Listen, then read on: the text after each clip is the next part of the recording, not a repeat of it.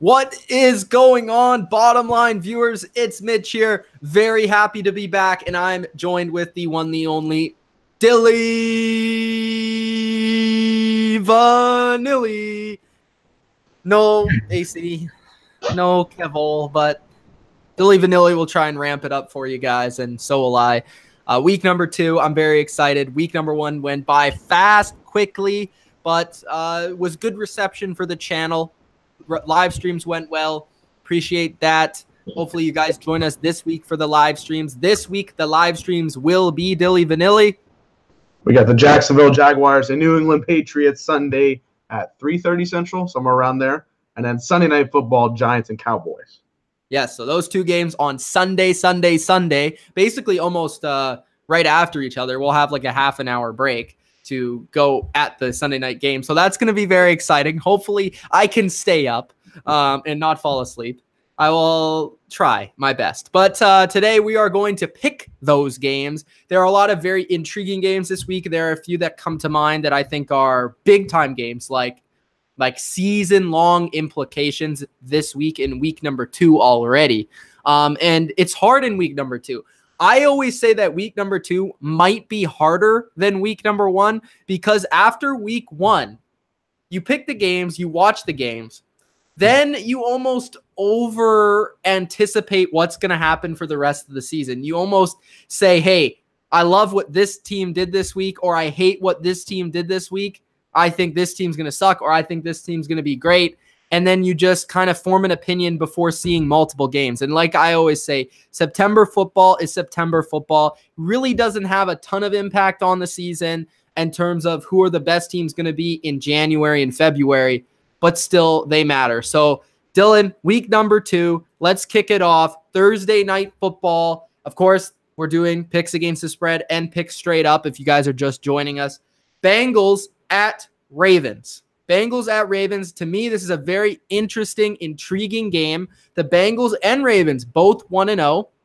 They both didn't play the best of competition. Bengals won in Indianapolis. I believe it was like 32 to like 24, something like that. Correct me if I'm wrong, 33 maybe, something like that. But it was a pretty well-played game throughout, a close game for the most part, but the Bengals were able to pull away with a big defensive score later in that game. A.J. Green looked good. Tyler Eifert's healthy. Joe Mixon went off in that game. And the Bengals defense did a fine enough job in the Dome in Indianapolis. This week, they'll go to Baltimore. And Baltimore, to me, was one of the more impressive teams of the entire week 1. They absolutely destroyed the Buffalo Bills. We were doing a live stream of the Texans-Patriots game, and I was like, oh, there's the Ravens in the red zone. Oh, there's the Ravens in the red zone. Oh, there's the Ravens in the red zone. So the Ravens were awesome. Their defense is great. Their offense looks improved. So this is going to be a very high-impact, physical rivalry game in the AFC North. Dylan, where are you going? The spread is a pick'em right now. That means whoever you pick, you just basically have to pick the winner of the game. So Dylan, where are you going? Well, I like that personally as a not a spread guy. I'm going with the Ravens on this one here. I'm not 100% sold on this Ravens playoff run thing, but considering what they did last week, they absolutely destroyed the Bills entirely. We're going to talk about the Bills later, but just seeing what the Ravens were able to accomplish, 47 points against any football team in the National Football League, that's pretty good because you're not facing the offense when you're scoring points. You're scoring against the Bills' defense. So they had to do their thing, and they put up 47 on the board. Actually, 3 teams put up 47 or more points this week, first week in the NFL. So interesting stuff there. But the Ravens, I think, accomplished a lot in their game. One guy I'm looking forward to stepping up is Alex Collins because he actually had a pretty disappointing week 1. Maybe he could do that against the Bengals. The Bengals also played a little bit of a weaker game against the Colts, and they did do pretty well. They impressed me. But going forward, I think the Ravens are just a little bit of a better team, a little bit more put together team, a little bit more complete, and I think they're going to get the job here on Thursday night. There's 50-50 chance I'll be on tomorrow for that recap, by the way. But I'm going to go with the Ravens, make it a little bit safe for myself. Yeah, I'm going to go with the Ravens as well. I think, of course, coming into the season, I did make that switch at the last second. Thank God. The Ravens are going to make the playoffs, in my opinion. I got to stick with them this week. They were my survivor pick last week, so they've done me a favor so far, as Dylan and AC are both already out of the survivor pool, and it's just left with myself and Kevole. So I got to put some respect on their name, and I'm going to go with the Baltimore Ravens. To give you some reasons, I am not 100% sold on what I saw from the Bengals in week 1. I think they are a fairly decent team, and it is tough to beat Andrew Luck in his home building, but that wasn't Andrew Luck coming off an injury for the first time in a long time, and the defense didn't play as well as I thought it would. This week, I think it will be a close defensive game. Reason why it's a pick'em. I think it's going to be very close. I would not be surprised if Cincinnati won this game, but I just like what Baltimore has been doing a little bit more in terms of their offense. I just think that it's more coordinated. It's more like they have a plan. Like Cincinnati, it just seems like, okay, we're going to throw to AJ Green. We're going to run with Joe Mixon. Maybe we'll throw it to Tyler Eifert. But they don't really have like a plan of attack. It's just relying on their players. I feel like Baltimore is better coached all around. And I think that's going to do them a favor here on Thursday Night Football with not a lot of time to get up to speed and to really study your opponent. So I'm going to go with the Baltimore Ravens here to win this game. AC and Kevole have who? The Ravens, both of them. The Ravens. So we're all on the Ravens, and that's probably why the Bengals are going to win. All right. Sunday, we have Carolina at Atlanta, which is one of the more interesting games of the week. Of course, Ultra is going to let you know how he feels about his Atlanta Falcons, as he has them pretty high in his power rankings, which we'll get to in a second. But the Atlanta Falcons and Carolina Panthers, two teams in the NFC South, two rivals that have already lost multiple players to injury. Carolina, Greg Olsen is down. I don't think he's necessarily out for long term. And Darrell Williams has been put on IR, who was arguably their best offensive lineman going into this season. So Darrell Williams out on IR, right tackle spot needs to be filled. The tight end spot, Ian Thomas is going to be stepping up, a rookie. Now, he looked good in preseason action, but will he be able to fill in the real time? And then you have Atlanta losing their two best defensive players, Dilly Vanilli, Keanu Neal and Deion Jones. So that's going to impact their entire defense. We haven't seen this defense really without these two players, so it's going to be interesting to see how they replace them. This is a tough one to pick, Dylan. Who are you going with here? Yeah, I feel kind of bad for the Falcons here. They lose two of my favorite players on the team. You specifically have gotten me on to both of these guys, and now they're gone for the year. So this is one of the things I was looking forward to watching throughout the course of the season. We're not going to get to be able to do that. I'm going to go with the Falcons. That -6 spread is very interesting. I don't know. I'm going to take them in the spread. I think they'll win by a touchdown. So I will go with the Falcons on spread as well. I guess I watched the Panthers play. Obviously, they played against my Cowboys. And the biggest thing for me is that they played solid enough on defense, but their offense looks very sketchy. The offensive line specifically did not give Cameron a lot of time for him to throw the ball. I know my Cowboys defense did do well, but still, that Panthers O-line is really concerning for me. And the injuries that were concerning the Falcons are in the secondary. So if they put the pressure on Cam, I think they can get a couple of sacks and they can try to terrorize that game. For the Falcons offense, score a touchdown if you're farther than the 20-yard line of the other side. I'm just going to say score a 25-yard touchdown, something like that, because you can't score in the red zone. It's really annoying to see that happen because 2 seasons ago with Kyle Shanahan, they were like the best offensive team in the league. And now you've got Sarkisian, who doesn't know how to call plays from short. It's really annoying, especially with Julio Jones there. But I'm going to go with the Falcons. I'll go with the touchdown win. I think the offense is a little bit more complete than the Panthers. Okay. I like what you're saying. I'm still picking the Falcons to win the game, even though I really didn't want to. The biggest reasons I'm picking them, there's 3 reasons.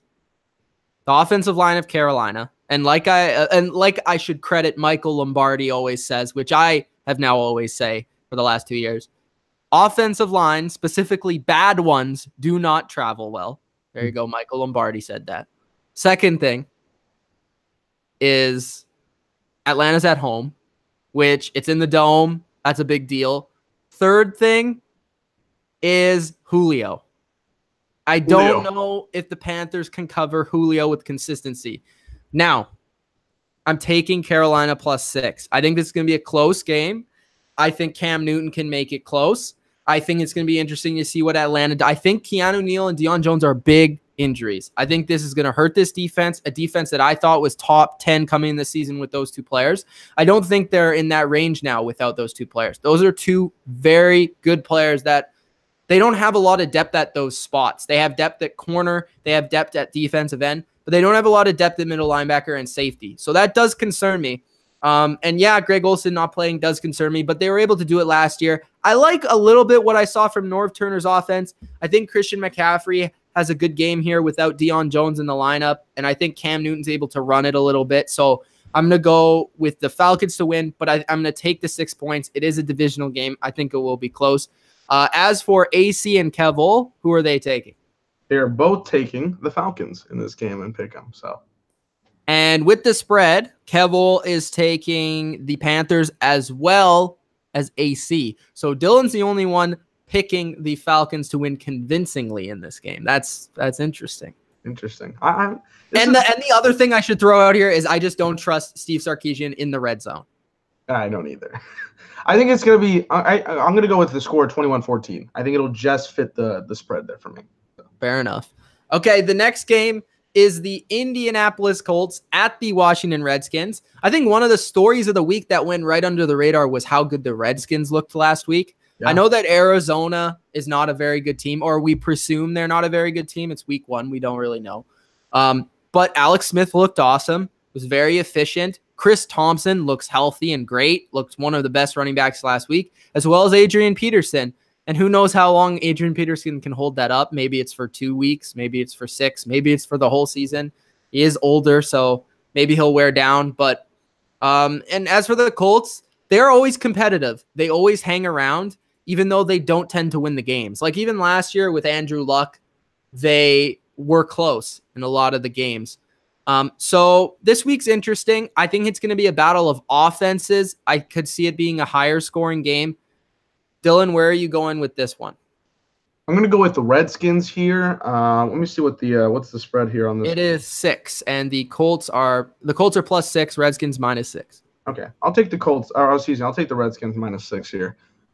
Redskins offense. I actually was pretty impressed. I know the score was 24-6, and that's a pretty whatever score or whatnot. But I like the Redskins running back duo, the Adrian Peterson Thunder to Chris Thompson's Lightning. I like the execution that they had together. Alex Smith looked good. One of the more underrated quarterback stats of week 1, stat lines of week 1.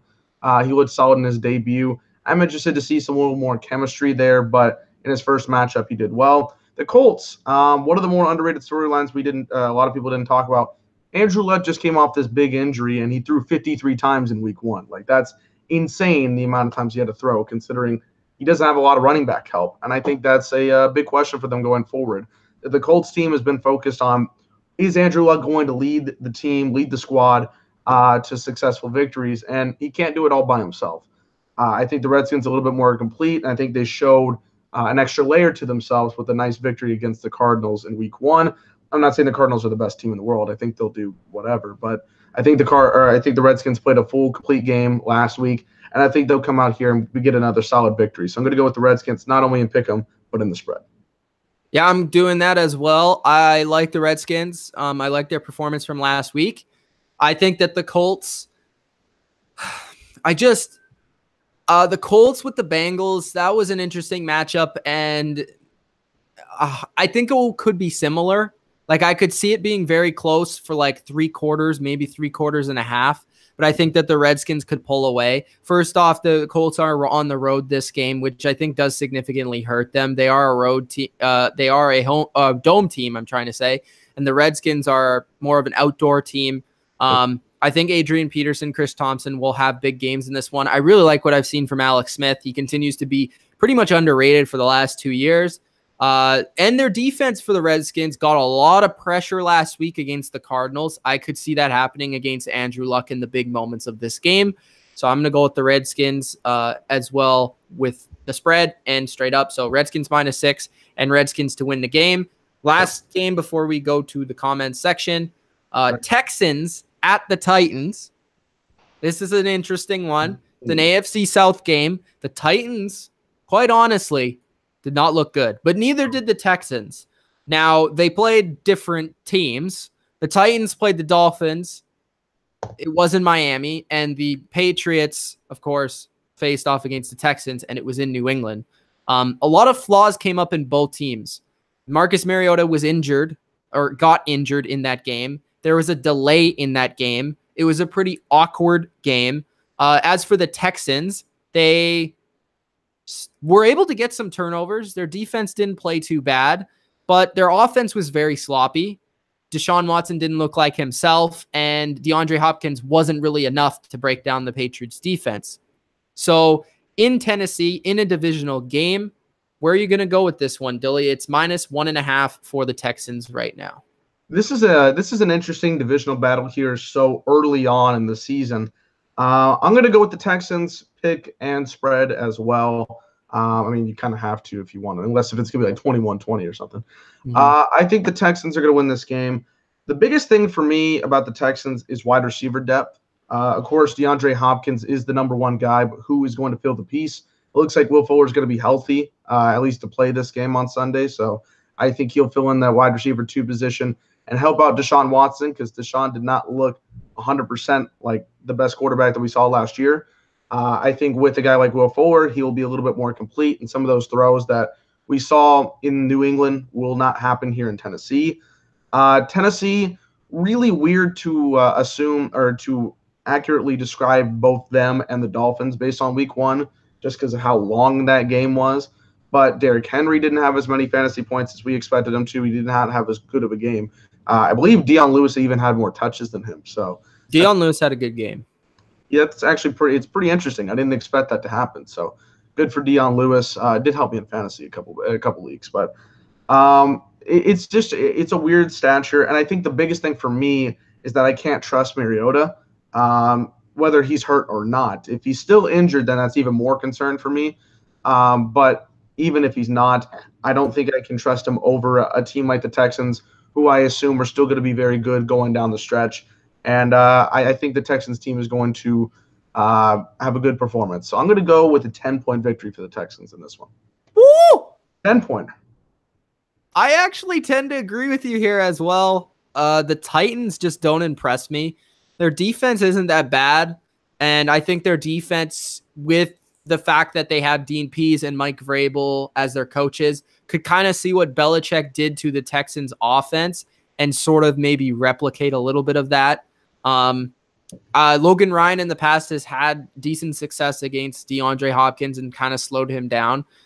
But I just don't see that offense being able to do what Tom Brady and Rob Gronkowski were able to do. You know, Corey Davis had a pretty decent week 1, but I just don't see it. I think the Titans are just an overrated team. I think their talent might be a little bit overrated, especially offensively. Without Delaney Walker, it's going to be tough. And Marcus Mariota has not impressed me all offseason, including the preseason. Last year, he wasn't very good. Until I see the Titans offense continuously produce and actually be able to pass the ball with consistency, I can't put them over a team like the Texans, who, even if it's in a defensive game and it's going down to the wire, you can somewhat trust the Texans and Deshaun Watson to make at least one big play in a game to get them the win. So I'm going to go with the Texans, of course, -1.5, as well as winning the game in this one. Dilly, what is the chat saying? What are they thinking? What's going on? Here we go with the chats. Ultra started it off with his rankings. Let's hear those rankings. So at #1, he's got the Eagles. Still got to put the Eagles up there because of the Super Bowl. I guess that's fine. Not based on performance, personally. #2, Rams. #3, Patriots. Fair. 4, the Green Bay Packers. Interesting. 5, yeah. #5 is the Vikings. So that divisional matchup could be interesting. Interesting. So I guess he thought that the Packers victory was better than the Vikings victory? Yeah. I guess a little more impressive, if you will. Okay. #6, his Falcons. #7. Yeah, I don't agree either. #7, sorry, Ultra. Jaguars at 7. I would put the Jaguars over Atlanta. I'm very surprised at #8, the Panthers. here at number 8. Move them a couple spots down. Number 9, the Saints. They moved down quite a bit, I guess. The Saints should not be in there. And number 10, the Ravens. So the Ravens should be higher. there you go. Those are his Ravens won by like 100 points. But it was also against a really shitty team. We have to go both ways there. Let's see here. Training Solutions response. He says, I like the rankings, but the Falcons are not better than the Jags or the Saints. So, well, I don't think you can say the Saints are better than many teams right now. Well, they did put up 40 points. It's their defense that's fucking shit. And defense is part of the game. I know, but still. It's also one game. Deshaun Drakeford, of course, one of our commenters here, says he's going to pick the Jets over the Dolphins 23-14. He is interesting score there. Let's see here. Sean also has 28-24 Jags over the Patriots. We'll get to that one in a little bit down. I'll be a little rattled if the Jags score 28. Sebastian has a 35-28 victory for the Vikings on hand this week. That's an interesting score. A lot of scoring in that game. Let's see. Corey says, time for y'all to put some damn respect on the Chiefs. Now, Chief commenters. Oh, no, it's coming. Look, Chief commenters, I'm going to respect y'all this week. Lions commenters, you get goofed on. That's what I'm going to tell you right now. Lions commenters, you don't even deserve to be commenting anymore. Exactly. If you comment again, you're going to be screwed. Sebastian has the 20-17 victory for the Ravens this week. That sounds accurate. I like that score, actually, quite a bit. Go Skittle says he's got Cincy in that game, so don't mind it. A little different there. I like it. Ultra is going with the 23-20 Ravens victory on a 47-yard Justin Tucker field goal. Sounds accurate as well. Which would be good for like 67, but yes, if it's 60, oh my God, fantasy would love it. Killin' Boys says, "What's up, Dylan? What's up, Mitch? What's up, Killin' Boys? What's up? Always in here." Let's see if there's any big ones. Ultra's talking about the losses to both teams, especially the Greg Olsen loss. I saw one of the things he says was, will Matt Ryan or Steve Sarkisian show up? Is something to that degree? Step up, yeah. Okay, first off, I don't know if you saw our recap, which I assume you did. Matt Ryan was partly to blame. Steve Sarkisian was partly to blame. They were both partly to blame. Matt Ryan did not play well. Steve Sarkisian did not call any great plays. But, I mean, I can't trust it, man. I can't trust it. I'm done. You're done with the offense. You're just done with the whole group. Done. That's why it's not. If I'm being completely honest with you, Ultra, it's not looking good because you just lost your two best defensive players. Yeah, it's rough. It's rough. I'm not a Steve Sarkisian guy personally. Shadow Wolf says the stream is lit. Thank you, bro. It is lit. If you haven't already, subscribe to the channel. Let's see here. Ghost Skittle says he likes the Colts in their matchup. Is Mariota playing? I'm assuming he's playing. I haven't heard anything different. Yeah, I assume he is, but Blaine Glabbert would be up to start. Ooh, the Magic Man. The Magic Man himself. I would like that. Him versus Fitzmagic would be the greatest show on earth. It would be pretty good. Predator says, hey, daddies. I don't know if I want to be called that, but what's up, bro? Let's see. Dominic says Denver is going to win their game 20-17, but we'll get to that. Oh, and a new comment. You brought this up on Twitter today or yesterday. Is Tyreek Hill a top 5 receiver? Oh, do you follow me on Twitter, Nathan Barnes, or was that just a random? If it was random, that's just really coincidental. Yeah. Okay, well, I said on Twitter, if you don't follow me, at Mitch Milani, as well, go follow Wrestling God 27, which is the link.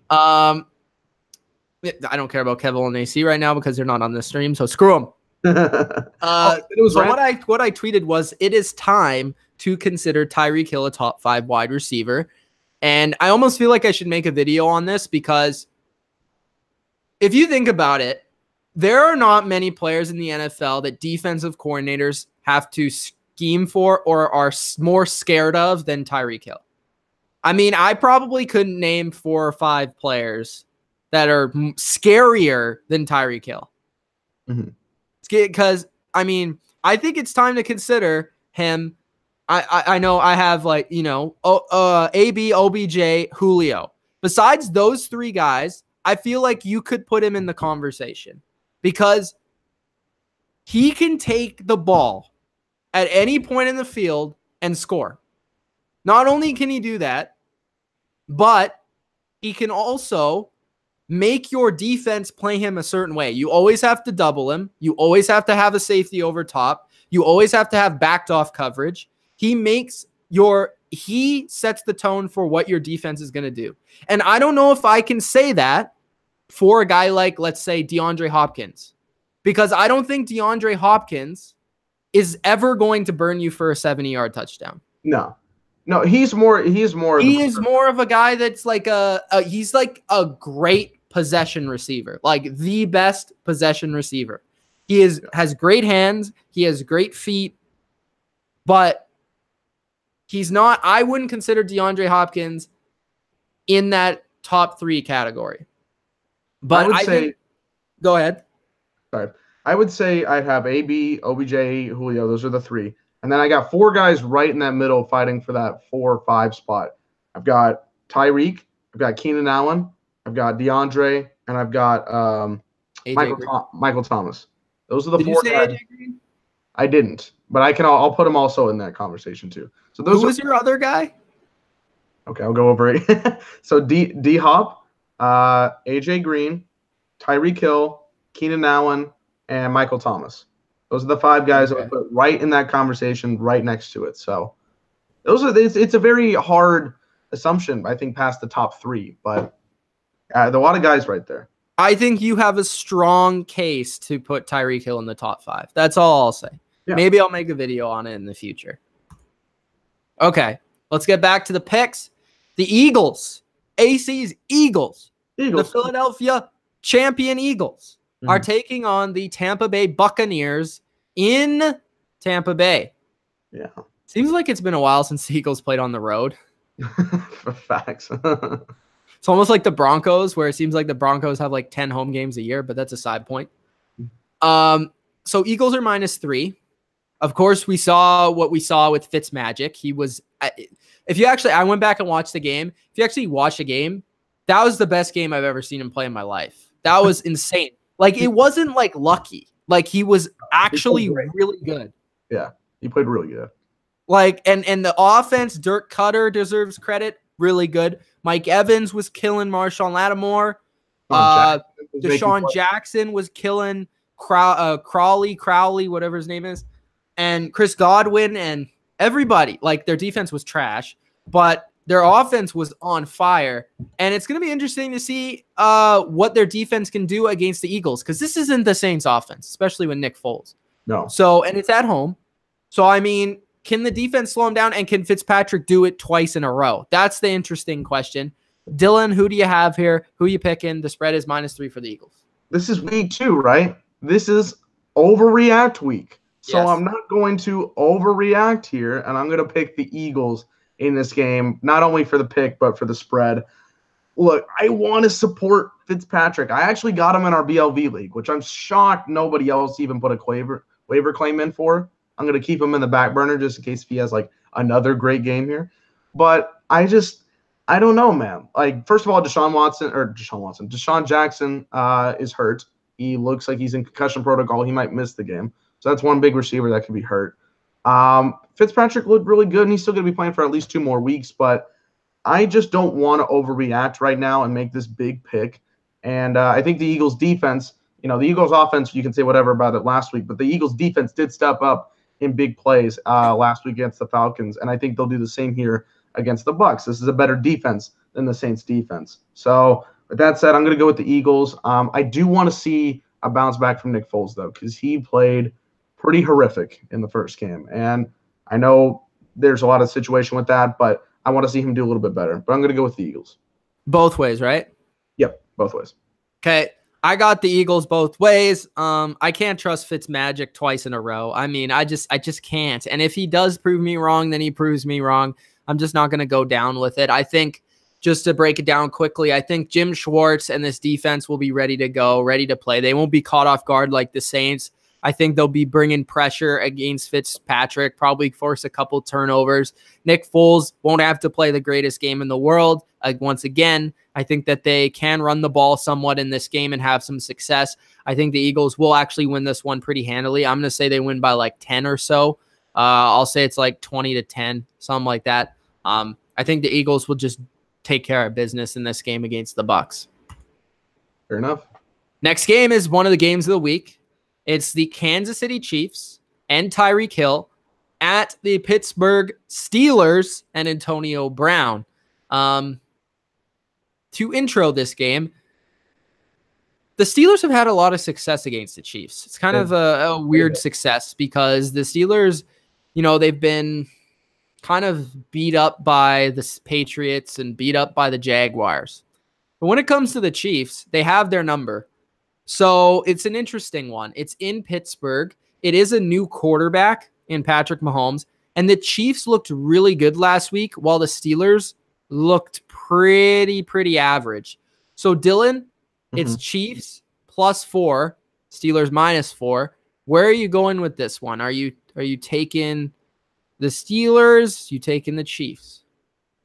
I'm going to take a little bit of an upset here. I'm going to go with the Chiefs in this game. +/-. That's tough. Do I think the Chiefs are going to win by 4? I'll go exactly. No. They're +4. So you get 4 points. I have to take them regardless if I was to. Yeah. Okay, so that doesn't matter. It's a really interesting game that we have here. And the reason I'm taking the Chiefs is that Patty Mahomes to Tyreek Hill looks like it's going to be one of the most lethal combos for years to come. Like, that combo is insane. Tyreek Hill had 42.3 fantasy points against me last week. 7 catches, 169 yards, 2 touchdowns. Oh, by the way, he returned one for a punt also. So, he can do anything. The biggest thing for the Chiefs offense is we did not see any Kareem Hunt or Travis Kelce.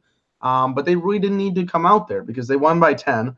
And the Mahomes-Tyreek Hill connection was great. So if they even add Travis Kelce to like 6 or 7 catches for a touchdown and Kareem Hunt gets more yards than he does, look out for the Chiefs. They can get 2 of their best offensive players in that game. And the Steelers, they just struggled. Like, James Conner had a great game. He was the biggest performance. And on the defensive side, TJ Watt's 4-sack performance. That was fantastic. But as a group, I think the Chiefs looked a lot better in week 1. And also, Ben Roethlisberger is questionable to play. He'll probably still play because we know Ben Roethlisberger is all about his injuries and stuff. Whatever. But I think that the Chiefs are going to capitalize on what the Steelers put out last week, and I think they're just a little bit more ready for the spotlight. Plus, I feel like there's a little bit more younger blood here than we've seen in past Chiefs-Steelers matchups. So I'm going to go with the Chiefs in this one, taking the spread for the Chiefs also, of course. Okay, I'm going a little different. I'm going to go with the Steelers. Steelers had a down performance last week against the Browns. They usually start pretty slow, and that usually does go into week 2 as well with Ben Roethlisberger. But there's something to be said about the history of Steelers and Chiefs. They just always find a way to win. It's in Pittsburgh. It's a lot more comfortable for me to pick them there with Ben Roethlisberger, typically a lot better in Pittsburgh. Kansas City, they're a very explosive team, but if there's one like surface you don't really want to play on, if you're Tyreek Hill, it's the Pittsburgh grass and that slow field. I think the Chiefs and Steelers will both score a lot of points. I think it will be very high scoring. The Chiefs can definitely win this game as Dylan laid out, but I just don't trust the Chiefs defense. They were Swiss cheese last week despite the victory against the Chargers. I do trust the Steelers defense a tad bit more to make 1 or 2 more plays. So I'm going to go with the Steelers here to pull out a high-scoring victory at the end of things. But I'm going to take the Chiefs plus the 4 points. So I'm going to take the Steelers to win outright, but the Chiefs with the points. Okay, interesting. And then we have the AFC East matchup, the Dolphins at the New York Jets. Ooh. These are 2 teams that are what, Dilly? That are what? Undefeated? Yes, undefeated. Gross. 1-0 for the Jets. 1-0 for the Dolphins. They both played. They didn't both play at home. The Finns played at home. The Jets played on the road. The Jets with a super impressive victory in front of the world on Monday night, which I think people are going to overreact to a little bit. I could see them having a little bit of a down performance here. And I'm going to give you my pick first. I think that the Jets are going to win. Okay. But I'm taking the points because I really don't know if they're going to win. But I don't know if they're I think it's going to be really close. I could see either team winning. But like I did before the year, I think the Jets are a slightly better, more talented team than the Finns. So I'm going to side with them at home. I think the crowd will be rocking because this is Sam Darnold's first ever start. And I think they're going to, the crowd will be insane. And the Dolphins are on the road, which is usually tougher for them. They're usually great at home, especially early in the season. But I think both teams are better than people think. And I think it's going to be a very competitive, maybe one of the more underrated games of the week. I think it will be interesting to see which run game has more success. And whoever has more success in the run game, I think could end up being the winner. But I'm going to go Jets winning and Finns plus the 3. Okay. I'm going to go with the Jets here, and I will take the Jets -3 in this game. Again, like I said, the Dolphins game is really hard to assess in terms of performance. I don't really know. That was probably the least game I watched all week. But in terms of the Jets, we saw a lot of them on Monday Night Football because they were on the field for a long time making some big plays. Will they play as good as they get against the Lions? No, because lightning doesn't strike in a bottle twice. But I think it's going to be they showed something to me that I was not expecting. Sam Darnold, give credit to him. He threw a pick 6 in the first play of his career, but didn't dwell on the fact that he threw a pick 6. He went out there, made good throws. Throw to Robbie Anderson in the end zone, in particular, was a very good touchdown throw. And I think that the Jets went out there and showed the world on television, hey, don't look at us as such a crappy team. Like, we're going to go out there and try to play all year. And the Dolphins, I don't know if they're going to give me that same kind of game this week. So I'm going to go with the Jets. I'm going to take them in the points. And I'm interested to see this game. I want to see how both teams play and who's real and who's not. So we'll have a better idea of how good these teams are after week 2, I think. Yeah, I agree. Okay, back to the chat. Back to the chat. All right. A little bit of comments here since we last got off. Herder says, you don't like me calling you daddy? That's weird. No, the daddy weird is weird. Corey says, Mahomes to Hill will be deadly, just like I agree as well. Ghost Kittle says, D-Hop is no doubt top 5. No doubt top 5. I put him at 4 when I had him on my rankings earlier, but I don't know. What do you feel about that? It's tough. Tough? Are you just you should wait for everybody to get that many? Okay, if I had to answer, I actually think I would put him 6th. 6th. Who's the 2 ahead?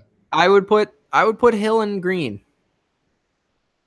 Wow, even Keenan Allen's not ahead of him. Wow. No, Keenan's close. But I don't know. I like D-Hop, but I just think those players are more talented than him. With him, I just think he's a great player, but I'm more into the guy that can break the game open. You know what I mean? I side with those guys a little bit more, and I just don't have that sense with DeAndre Hopkins. I think he's a great player, but I just don't see him in that sort of freak mode as these other guys. So is that also the same feeling for Michael Thomas? Yeah. Okay. I think I would have Michael Thomas like 8th. Yeah. Okay. Fair enough. He also, I think he had like 16 receptions last week. Michael Thomas is awesome, but I think I would put Allen ahead of him. Also, Thomas plays in the Saints system, which is just about the best system you could be in. So, I mean, that also hurts him. He's like Marquise Colston and then Brandon. Yeah. So, that's tough. Any other comments? Let's see here. Ghost Kittle says, Chiefs have what it takes to win. And he thinks Big Ben will be another turnover machine like he was last week. So maybe that could be key in this game. Possible, but I don't know if the Chiefs' defense can do that, man. I don't think the Chiefs' defense can do it, but I think the Chiefs' offense will be getting it going. So I agree. Ghost Kittle says he likes New York Jets in this game. They looked very impressive in their first. I think a lot of people are going to like the Jets this week, but I don't know. Second City CM Punk, great name. Says I need to pick a flex option and a wide receiver. For flex, I've got Tariq Cohen, Matt Breida, and Powell. And for wide receiver, he's got either Goodwin and Westbrook. I know Goodwin if Jackson is missing. Okay, so Jackson might be in there, but he's also hurt. So Deshaun Jackson, yeah. But I think he's hurt. So he's either got Goodwin or Westbrook to play in the wide receiver position. And then Breida, Cohen, and Powell in a flex. Who are you taking in that spot? If Jackson is hurt, Goodwin. I agree. Flex wise, that's tough. It's between Cohen and Breida. Yeah. I would go Breida, personally. Yeah, Cohen's awesome too. It's sneaky. I think the 49ers are going to score a lot. I'm gonna go with Breida. But not by a lot. I think it's personal preference. I think Cohen's gonna have a good game. I think they'll both have good games, but I would go with Breida by this much. Okay. Sebastian says Jets 20, Dolphins 14. Ghost Skittle says, did you hear about Superman, Mitch? I don't know. I did. Henry Cavill is no longer gonna be Superman. What? Yeah, because the DCU has not been very successful, so they're moving on to cast a new Superman. I think he's been an awesome Superman. I think more of what has happened is not necessarily his fault. I think he was a very good choice to be Superman, but also I think he made his own decision because he's focusing on different projects. So I think he wanted to just move on from it. But to me, this is the best way to describe him. He is the Andrew Garfield of Supermans. I hate Andrew Garfield. I actually liked Henry Cavill. Like, he's a very good actor, but it didn't work out in the role for whatever reason, even though I think he was very good in Man of Steel, for sure. Oh, yeah. And that's it. I liked Cavill. I'm just going to put that out. All right. Okay, let's get to the team. The team? Oh, no. He's going to hit it. The losers. Chargers, who severely disappointed each and every one of us. Again. Ow. That's so sad.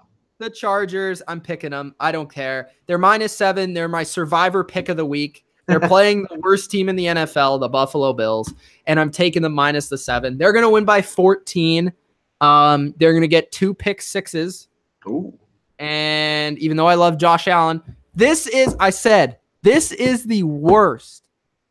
Maybe other than Kaiser's Browns, it's close.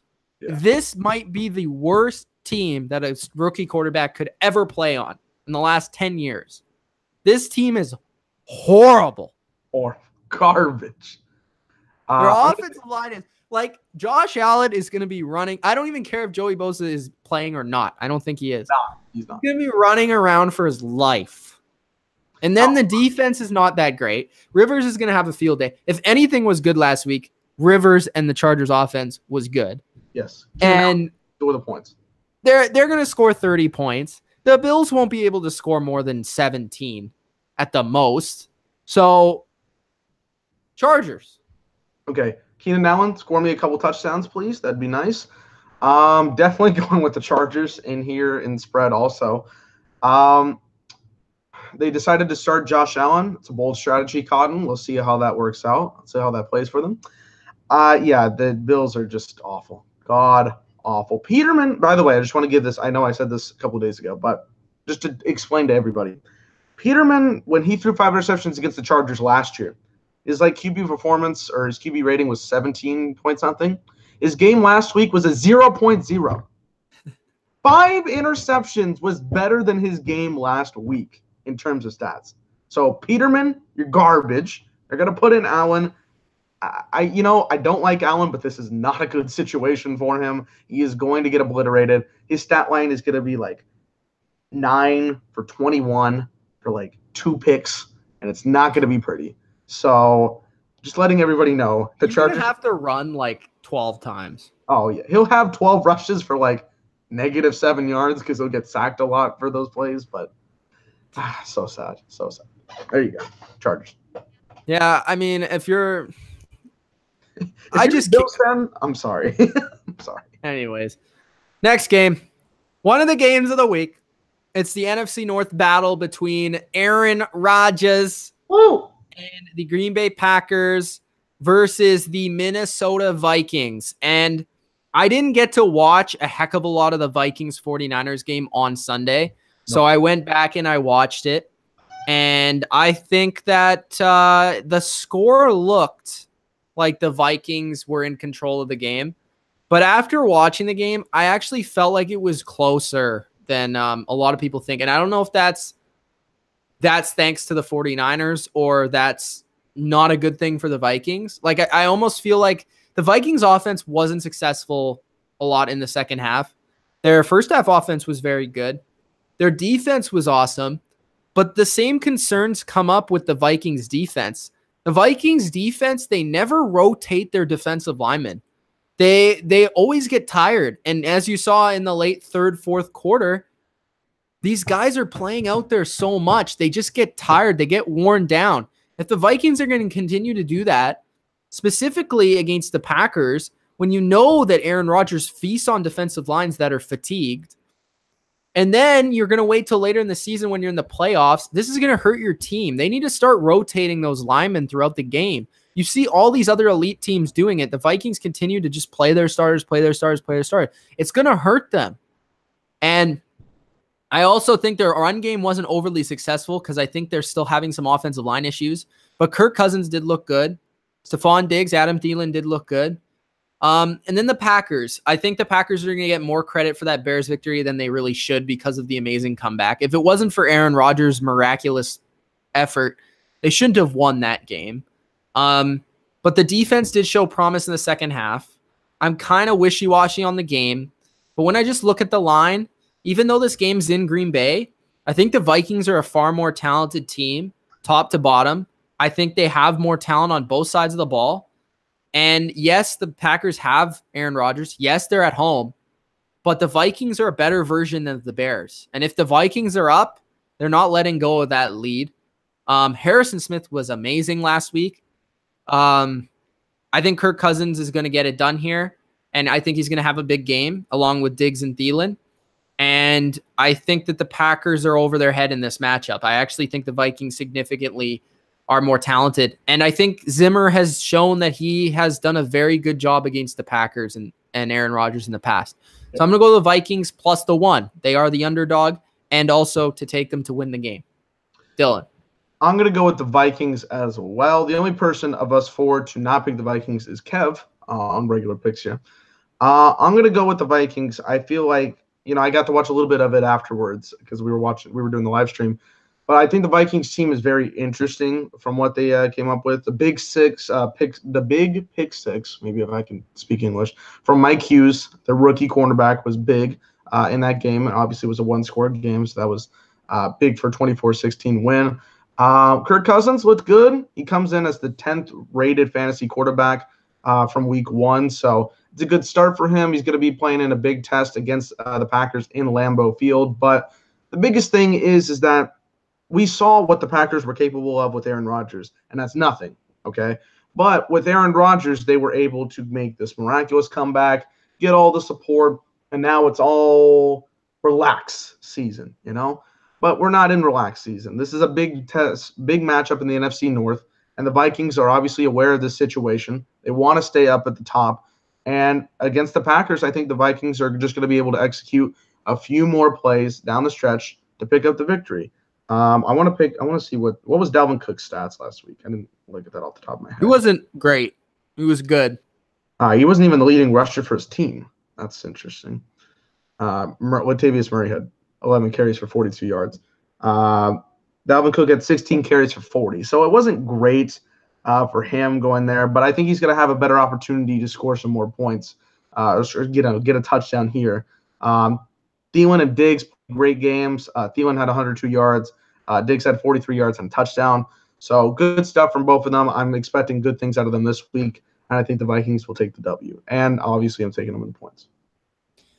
Browns at the Saints. The Saints. Interesting. defense was hideous. I don't have word for it. I'm going to go with hideous. That's how bad it was. Nobody was good. The pass rush was non-existent. The secondary was trash. Marshawn Lattimore looked like a bum. The linebackers didn't come to play. Drew Brees was excellent. Michael Thomas was awesome. Kamara was amazing. Offense was awesome. Offense was unreal. But it's in New Orleans. Mm-hmm. Browns went to OT. Browns almost beat the Steelers.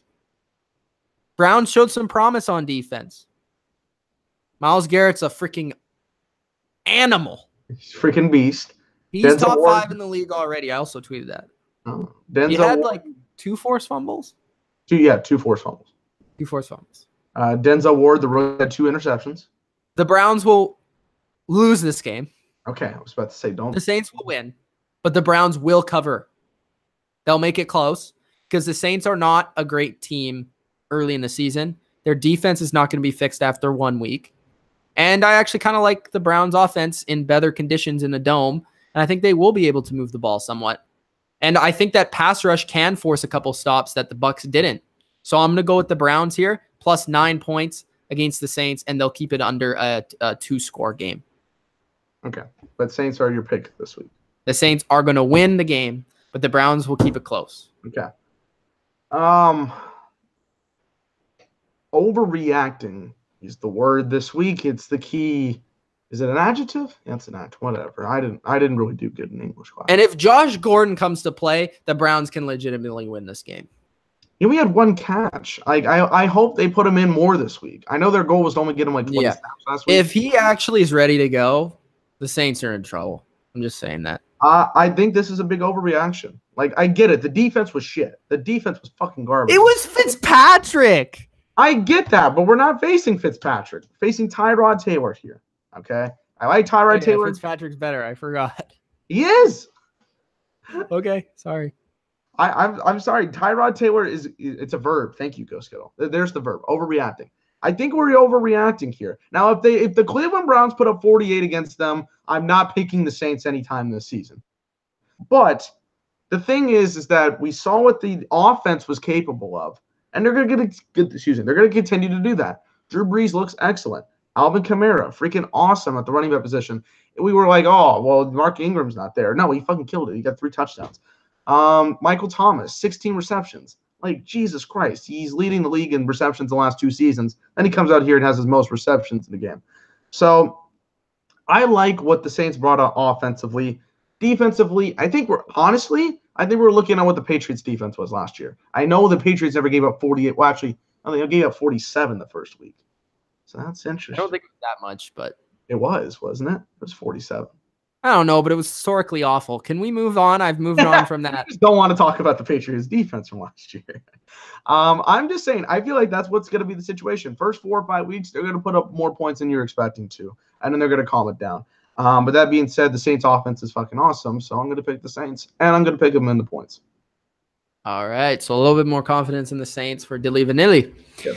The Lions at the 49ers. I'm going with the 49ers both ways. I think the 49ers will win this game, and I think they're going to score a lot. I was impressed with their defense last week, specifically their defensive line stopping the run. DeForest Buckner had a huge game. Richard Sherman looked pretty decent in the back end. I think they are a sort of an underrated unit, and once they get Reuben Foster back, I think it's going to be a lot better. Jimmy Garoppolo struggled, but I think that was a lot to do with the Vikings defense at home in week 1. I just think Kyle Shanahan, he's always been successful against Matt Patricia's defenses. I think he's going to come up with a scheme that shreds them. And the Lions we told you before the year, their talent is not there. Stafford could potentially keep this game close if he doesn't throw a bunch of picks like last week. But I just think the 49ers are going to come out and they're going to have a very good game here.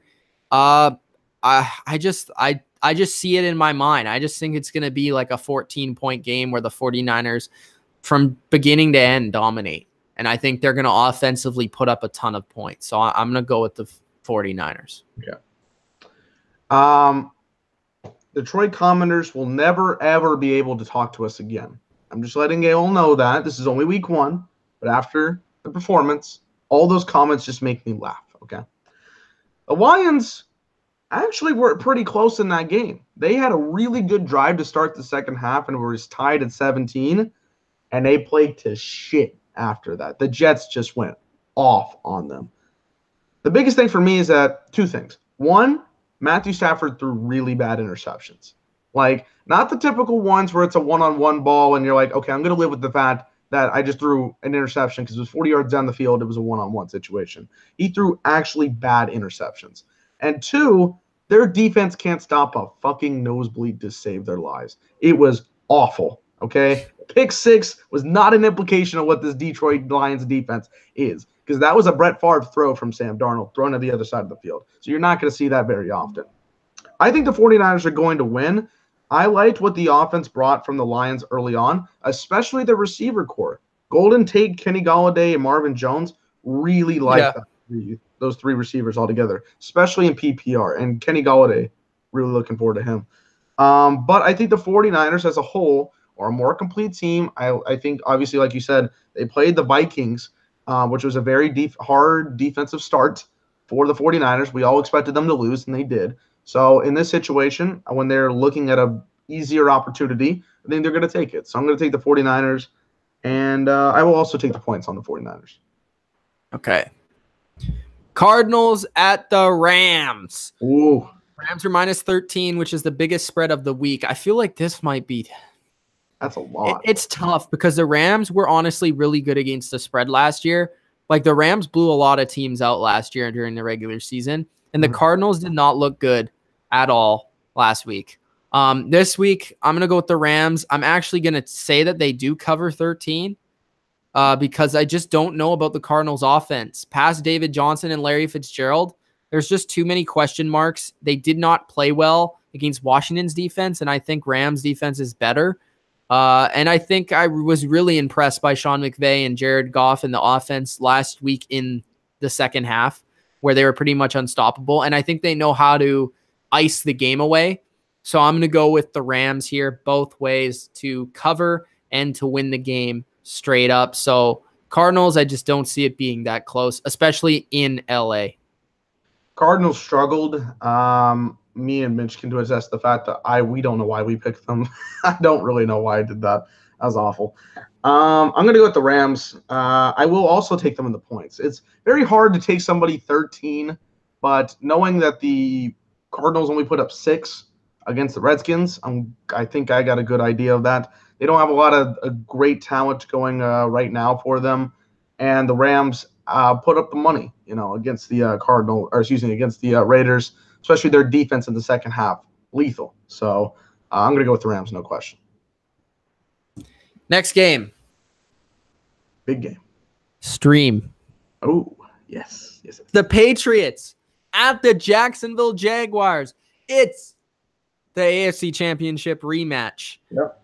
The best defense in the league versus arguably the best quarterback and for sure the best head coach and the best tight end. So this is going to be a really good matchup. Of course, Jalen Ramsey said that Rob Gronkowski, when he's covered by a corner, I think he's overrated. We'll see if that happens this week. Gronk went off last week against the Texans. It's going to be interesting to see what happens. So in terms of the Patriots are dealing with a little bit of a running back situation right now. Burkhead has a concussion. Oh. But I think he's going to play. Who knows? Sony Michel's limited in practice. James White's obviously there. They did bring in Kenyon Barner of the Philadelphia Eagles to be the new punt returner, as they did release McCarron, as I thought they would. Barner has a lot of experience as the Eagles punt returner of the past. And they brought in Corey Coleman, was the big name they brought in. And they also brought in Fowler, wide receivers of the Broncos and the Browns and Bills. I don't think either player will play a lot, or maybe even if all next week. Maybe Corey Coleman might play like a few snaps. I don't expect Fowler to play, but I think Barner will play just to punt return. In terms of the Jaguars, because we both watched the Patriots game, I went back and watched the Jags game in full. I watched a little on Sunday with you, but in terms of their offense, they significantly struggled when Leonard Fournette was hurt. I don't think they scored a single point when he went out. I don't know if I'm certain with that, but it was rather like 3 points or they didn't score at all. I think it was 3. Second half, Bortles was really terrible.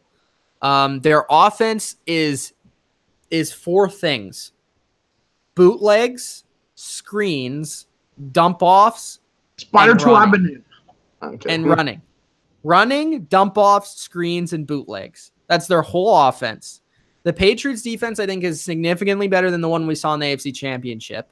Yep. I think the defense will be able to get after Bortles, will be able to slow them down a little bit, especially if Leonard Fournette's not playing. I see the Patriots defense having a successful game. Plus Marquise Lee is out. And I think that does actually hurt the Jaguars, as Bortles didn't really have a go-to guy last week. I think the Patriots have the talent to replicate what the Giants defense did. And I don't think Tom Brady will throw a pick six like Eli. And Eli did miss a lot of throws. And I know that the Patriots don't have Saquon or they don't have OBJ, but they do have Gronk. And they do have a better offense in general. So I think the Patriots will win this game. I do think it's going to be close. It's in Jacksonville. Tough defense. I'm a little bit concerned about that. But I think that overall the Patriots will find a way.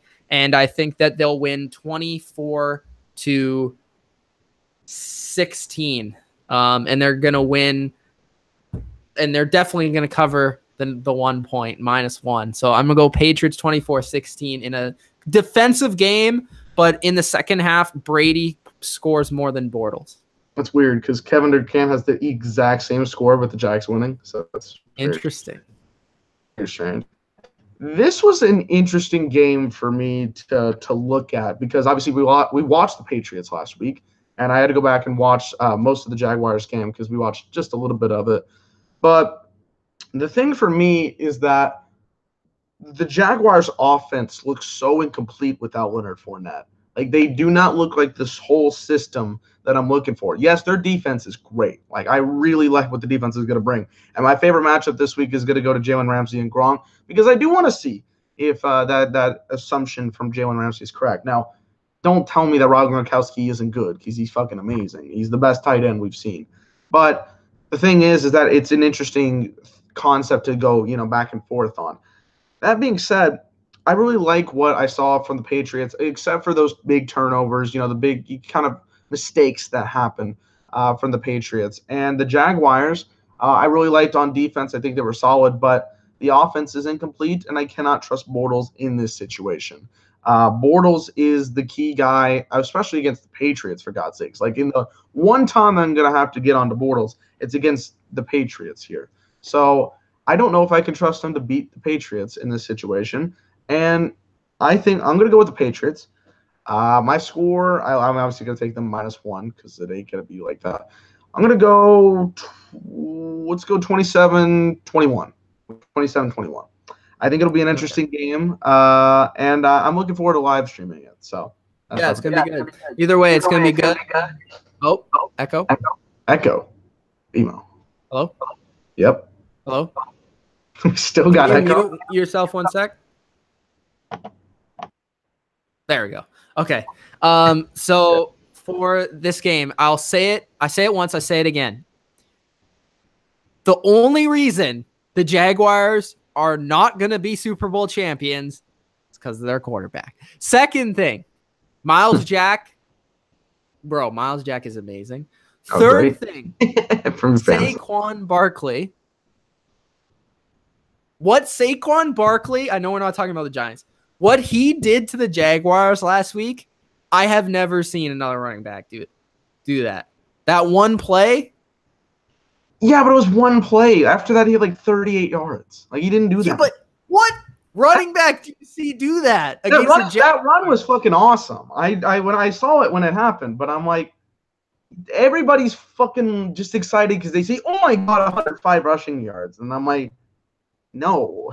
Like, he had 36 or whatever till that point. I'm just saying. Okay. Raiders at the what? No, go ahead. Go ahead. You're good. You just threw me off. Raiders at the Broncos. This game is in Denver because Denver has 10 home games a year. They played home last week. They play home this week. Why do they always start at home? What is this? Okay. Oakland, they blew it last week. They had a terrible second half. Derek Carr threw the ball to,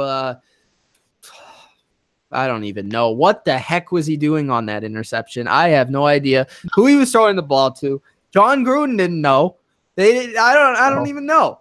But this game, I think, is going to be a pretty close one. Raiders are plus the 6, Broncos minus the 6. I'm going to go with the Broncos to win the game. It's in Denver. I like their defense. I like Mon Viller was out of his mind last week. Ridiculous. I think he'll be very much the same this week. I think the Broncos offense was kind of underrated in what they did last week. Run game looks better. Offensive line looks better. Case Keenum's an upgrade. Emmanuel Sanders looks good and healthy. So I think the Broncos will be able to score some points in this game. Not as well as the Rams, but I do think that they'll win. But I'm going to take the Raiders plus the 6. It's a divisional game. I think it will be close. I think Gruden and will be on his guys to have a close game. This is a big game for them to win because to start 0-2 is never a good thing. And with the Broncos, or with Derek Carr, I think Derek Carr will have somewhat of a bounce back game. So I'm going to go with the Broncos to win the game, but the Raiders plus the 6 points. I'll say the score is like 27-20. It will be, 27-23. Sorry, I messed that up. 27-23. Von Miller played out of his freaking mind on Sunday against the Seahawks. It was awesome to watch Von Miller play and do so well. We saw a lot of Chucky on Monday. By the way, thank you, Derek Carr, for 3 interceptions, including the pick 6 to Marcus Peters. You helped me win fantasy week 1. So you're my defensive player of the week. I guess that's the way I go with. I'm really looking forward to this game just because, again, this is a divisional matchup. The Broncos played better than I expected them to ever play in their first game. And the Raiders had an interesting Monday Night Football because they had a good first half and really struggled in the second half. I'm going to go with the Broncos, but I'm also going to do the same thing and take the Raiders in points. I think it'll be interesting to see just this matchup between these two. But I think the Broncos are a more complete team. And a surprising factor, Phillip Lindsay was actually really good for the Broncos, the undrafted rookie that they brought in. So I'm interested to see how he looks awesome. That was interesting because I thought Royce Freeman was going to take a lot of those carries. And I think Freeman will still be the lead back, but Lindsay has sort of a spark to him. Yeah, he's got the burst, if you will. I'm looking forward to seeing how the Broncos team plays. And I like it. So I'm going to go with the Broncos, but I will take the Raiders some points because those matchups are always very close. Dylan? Is it time? Yep. All right. You haven't said a word about the Cowboys. No, because it hurts me sometimes to talk about these Cowboys. And plus, I see a lot of people comment about them. So Cowboys-Giants, Sunday Night Football. We will also be streaming that game later on in the night. About 7:20, 7:25 Central. The Cowboys defense really had me excited last week. They played very, very good. D-Law was great. The defensive line was putting in the pressure. Heath is fucking garbage. Can we please get rid of Heath? I hate this dude. He is not very good. And I like what the defense was able to do, except for 3rd down and long.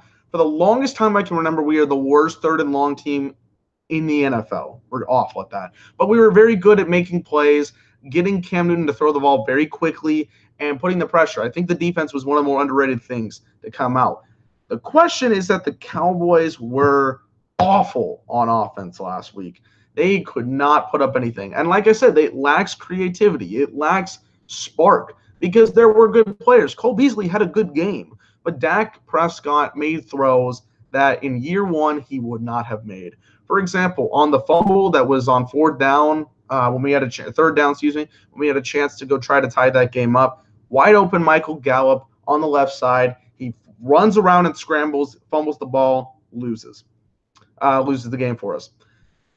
I'm going to go with the Cowboys, though. Obviously, I'm going to support my team. But the reason I think the Cowboys are going to do it is because the Cowboys' defense played very, very well. Saquon Barkley is going to be an interesting factor against the Cowboys' defense. How good will he play? And Eli Manning is still very, very, very, very bad. I'm sorry. I know people are just loving, some people like Eli Manning. That's whatever. But I don't trust him. I don't like him as a QB in this situation. At his stage, in his area, he has all the talent in the world on offense with two great players, and he just goes out there and is a fucking farce every week. So I think the Cowboys are going to win this game. I think Elliott is going to have a much better game in this situation than he did in week 1. And I like to point out, I'm believing Mitch is going to pick the Giants. I don't know. But if that's true, the Cowboys were also across the board picked by the Giants, in this game last year in week 1, everybody picked the Giants and the Cowboys win. If it happens again, I'm hoping for the same thing. On Sunday Night Football both times. So, Cowboys. And Joe Buck's not commenting it. So you damn well know. No. That's the issue. That's the issue. There you go. Yeah, you're right. I'm going with the Giants. I knew it. Yeah. All right. I was impressed by the Giants last week. They had a chance to beat the Jaguars. Jaguars are not easy to beat. I know they're at home. The Giants were, but I mean, they looked pretty good. They looked like a new team. They looked like a fresh team. They had a new offense. It was more creative. They have a ton of talent on offense, whether that's Odell, who I don't think the Cowboys are going to be able to cover no matter, how good that D-line is. Saquon, I do think will be sort of wrapped up in this game besides the receiving game, which I think he might have a decent game. I think Evan Ingram will definitely have a lot better game than he did against the Jaguars. And Sterling Shepard was pretty impressive off the injury last week as well. Defensively, I think the Giants are being a little underrated. I liked what I saw from their corners, which obviously the Cowboys, there's something about the Cowboys offense. And until I see the Cowboys offense improve, I can't really pick them against a more well-rounded team, which I think the Giants are. And I also think the Giants are a more explosive team. They have more players that are more explosive and they can get big plays. And Pat Shurmur puts out an offense that's actually pretty creative, and their defense is pretty stout up front. And they didn't even have Olivier Vernon, which I think he might play this week. I'm not sure. Scott Linehan, the offensive coordinator, needs to go. Jason Garrett needs to go. And I'm not hating on the Cowboys to hate on the Cowboys. I just think their offense sucks. Their skill positions are bad besides Zeke. They don't have any playmakers. Their offense is slow. They don't, besides Zeke and really even Zeke last week, they didn't make any big plays. They don't threat you over the top. They don't stretch you across the field. I think that the Giants have a little bit more on offense to get this done. And I think they're a little bit more creative and a little bit better coached.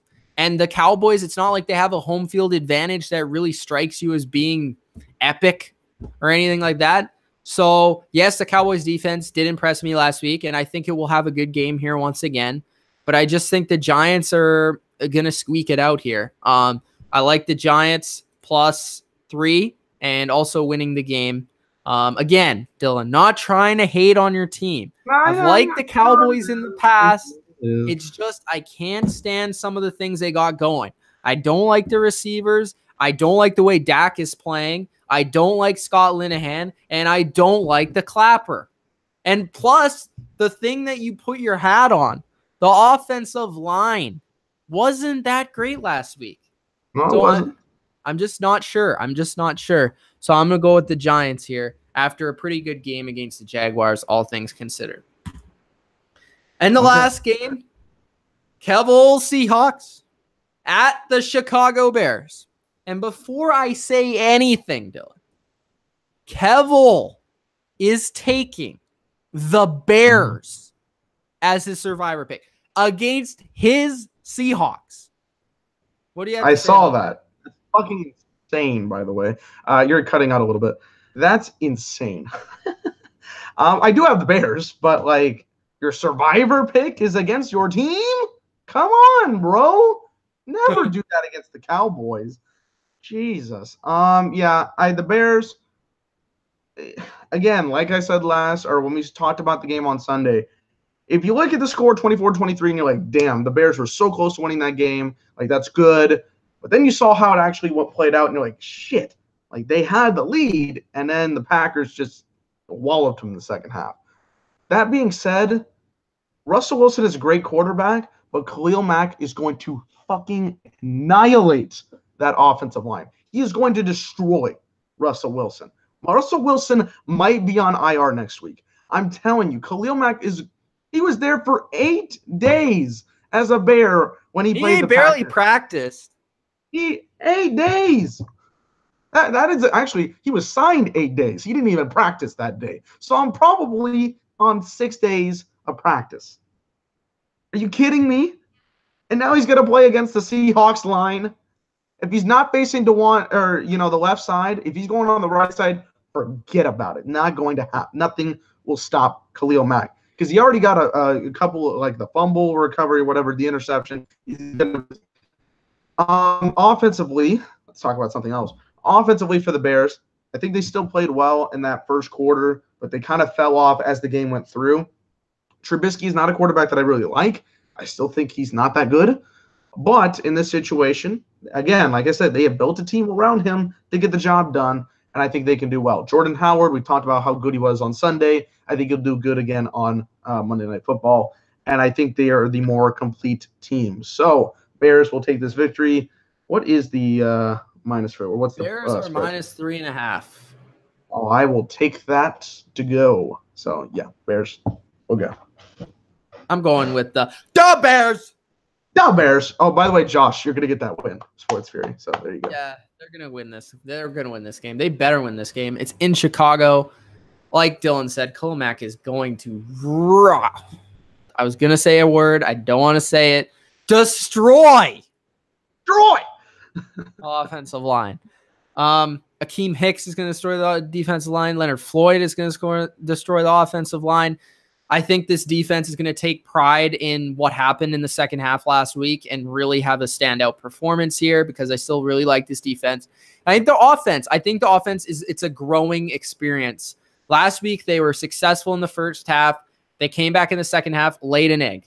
Trubisky, I saw a lot of promise in the game in specific moments last week, but in other moments, it just wasn't all clicking. And I think he is very athletic. And I think if they continue to use him in those ways, they'll be successful. I think they need to realize, and I think they will realize, that their bread and butter is the run game. They have a great run game. They have a good offensive line, and they just need to pass when they really need to. Trey Burton a few times a game, Allen Robinson to stretch the field.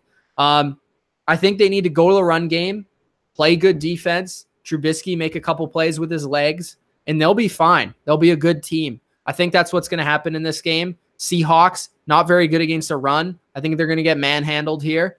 I think the Bears are going to win a pretty good game after having a disappointing loss. I'm going to say it's going to be 30-16 for the Bears. 16? Okay. I won't be on Monday Night Football review because I got stuff. I go into Raw, actually, so I won't be on. But I will be I will just be seeing highlights. I'll be on Twitter at halftime, and they'll be like, Khalil Mack, 4 sacks against the defense of the offense of the Saints. Like, God, Jesus Christ. Didn't mean to do that part. There we go. It's all good. Hit the microphone. All right. That's it. We gotta guys. What? We gotta go to comments first. Let's go. All right. Let's get to I got shit to do too, bro. I got homework, but we gotta give the people what they want. It. We gotta give the people what they want. Just do it. Bret Hart will never put you over. Never, ever, ever. Tom says Falcons and Rams overhyped. Falcons, yes. Rams. Did you watch the game, bro? Did you watch the second half, bro? Durkant will still go Bucks over Eagles because he loves the fucking Bucks for some reason. He wants them to win every week. He says Deshaun says Carolina over the Falcons by 14. Wow, that's interesting. Rob came into the chat. What's up, Rob? He's picking the Raiders 17-13, so a very close game. Ghost Skittle asked Mitch, "Are you doing fantasy hockey with hot take hockey?" Yeah, probably. You don't seem very enthused in that answer. I've never heard of it. Never heard of it. Well, I said maybe I don't think it's a thing, but I'm just saying if it is. Oh, yeah, probably. I'm usually in at least one fantasy hockey league. it's very hard for me to do that. Like, because I don't like other sports besides football because it's too much to keep track of. And it's too long, and It's too long, too many things to do. It's like every day. It's like I just like drafting the team and then letting it go. You know what I mean? I like the leagues in fantasy hockey where you just draft the team and you just see who wins. Honestly, that's the ones I like. Back to fiction, Raiders and Broncos would get in a fight in this game. Well, Talib and Crabtree aren't there anymore, so no, I think it's fiction. I don't know, maybe. Let's talk about, here we go with the Cowboys and Giants scores. Can't wait for these scores. Giants.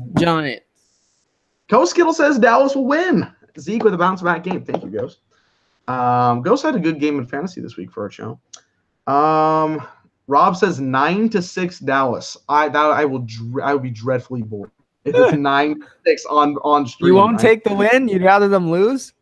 No, I'd take the win, but I would still be very upset because we only scored 3 fucking field goals. But at least our kicker is good. Let's see. Sebastian, 24 Cowboys, 23 Giants.